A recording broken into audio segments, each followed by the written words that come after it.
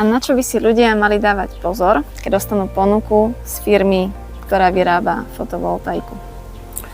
Dneska na trhu je obrovské množstvo firiem, ktoré inštalujú fotovoltaické elektrárne. Nie všetky tieto firmy ale tu budú celú dobu, po ktorú bude treba sa starať o tú fotovoltaickú elektrárne. Tie fotovoltaické elektrárne nie sú to hračky. Nie je to Lego, aj keď to vyzerá ako Lego, že to každý, kto trošku rozumie technike, vie poskladať. Fotovoltaická elektrárne je technologické dielo. Mal by to robiť človek, ktorý má na to vzdelanie, ktorý má prax a súčasne firma, ktorá inštaluje, by mala vedieť sa o toho zákazníka postarať. Totiž všetky tie komponenty, alebo takmer všetky komponenty sú vonku a tým, že sú vonku, tak tie spojenia káblové, ktoré sú medzi panelmi, sú vystavené nástrahám počasia. To znamená aj mráz, aj zima, aj teplo, aj veľmi horúco, aj voda a tie káblové spoje alebo konektory, ktoré sa volajú MC4, to je názov toho konektoru, sú vlastne jednou z tých rizikových zložiek, kde môže dojsť k nejakému skratu